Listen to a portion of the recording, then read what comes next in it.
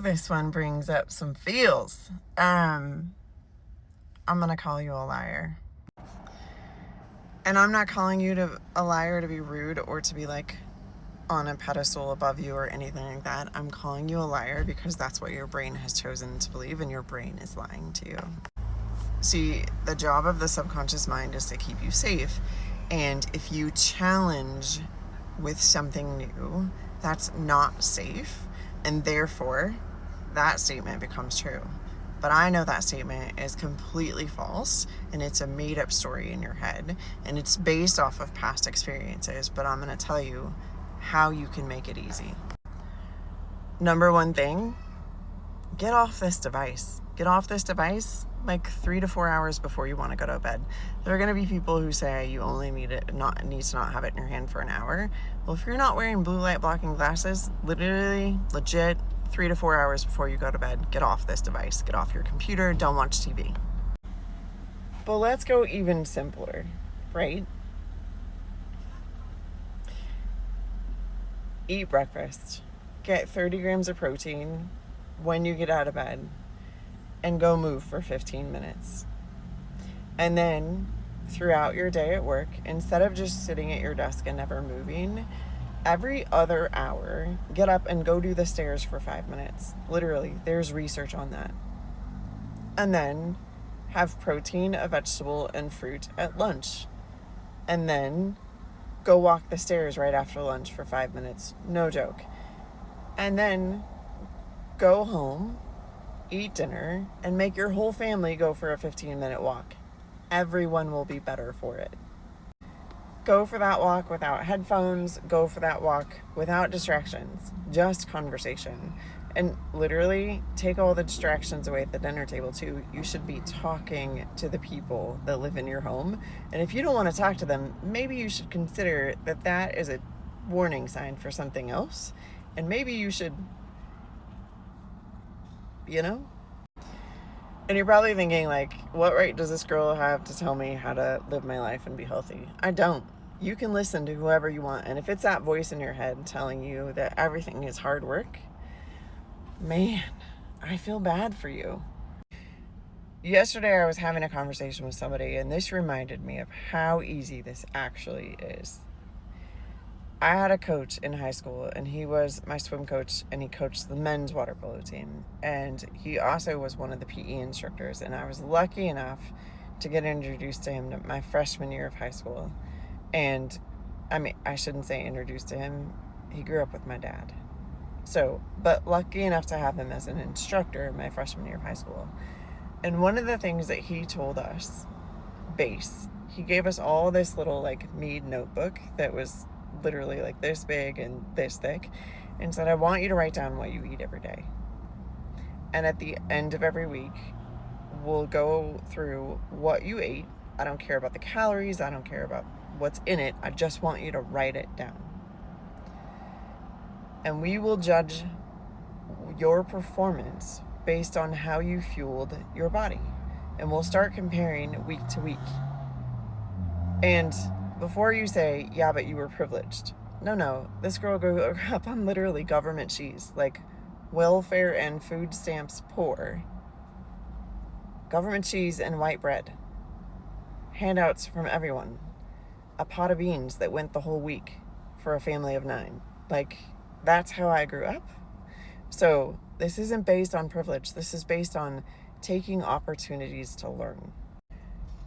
What I noticed was that the healthier I could eat based on what was available to me at the time, the better I performed.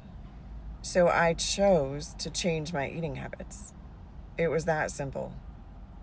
Luckily, also my freshman year of high school, I got paid under the table to work in an Italian restaurant, and they knew my family's situation. And so I got a lot of the free extras at the end of the week on Saturday night when they were closing down the restaurant and not going to be open Sunday and Monday. On top of that, I then, when I went to college, started taking classes, and we had to have elective credits. And I take that back. We were required to take one nutrition class. And I had a really cool teacher. a really cool, really practical teacher, and she made so much sense to me. One of the best things she ever said was, if you're craving something, crave it for at least 3 days, and then go get the smallest size of whatever that something is. Buy the smallest size, eat it, and be done. Walk away from it. Do not keep it in your house. And that seemed like damn good advice. So my elective credits, I started taking more of the nutrition classes, and I ended up with a minor in nutrition. Go figure. I used that to apply to everything I was learning about the body healing while I was in physical therapy school and what it actually takes to have the body heal. And by the way, that's mostly protein, some carbohydrates. That doesn't mean sugar. It means like fruits and vegetables, because you need antioxidants to heal, and fruits and vegetables are loaded with antioxidants. But literally, none of that matters if you believe this, because your subconscious brain has been trained from some experience that being healthy is not easy. Where my subconscious brain has been trained that being healthy is super easy. All I have to do is move several times a day for just 5 minutes. And if I want to be even healthier, I can do a 15-minute walk after each meal, and I improve my insulin sensitivity and improve digestion. And on top of that, all I have to do is get enough protein in the day, make sure I don't eat a bunch of sugar during the day, but I get to eat fruits and vegetables, and guess what? Fruits are pretty sweet when you're not eating sugar. One of the other things I'll say that a lot of people don't do, and depending on where you live, this may be even harder. So really consider what I'm saying here. Get outside every single day. If you can do it between 10 a.m. and 4 p.m., you will feel so much better. If you can do it between 7 a.m. and 10 a.m., you will sleep better at night because you will start producing melatonin on a normal schedule again. You want to be outside as much as possible without sunglasses. Unless you've been super stressed out, you're going to the lake or you're going skiing, then please wear your sunglasses so you don't end up with sun damage to your eyes, obviously. If you're worried about aging your face, put a hat on, but don't wear sunscreen and have most of your skin exposed. Like tank top, sports bra, guys, no shirt on, and a pair of shorts. Literally. It is so beneficial, and the research shows 20 minutes. 20 minutes will improve your testosterone. 20 minutes will improve your vitamin D status. 40 minutes could change your life. Imagine being outside every day for 40 minutes in direct sunlight. And I know you're probably going to come back with, cooking's hard. Get a crock pot. Just throw something in there with some chicken broth or vegetable broth and some seasoning, and you come home to a meal that's ready to plate. Literally. Like, people are like, oh, get an Instapot, it only takes like 25 to 45 minutes. I'm sorry, what? No, I don't have 25 to 45 minutes. I have get dinner in a plate, get it to the kid across town, get him to eat something before he goes to swim practice. That's what I have.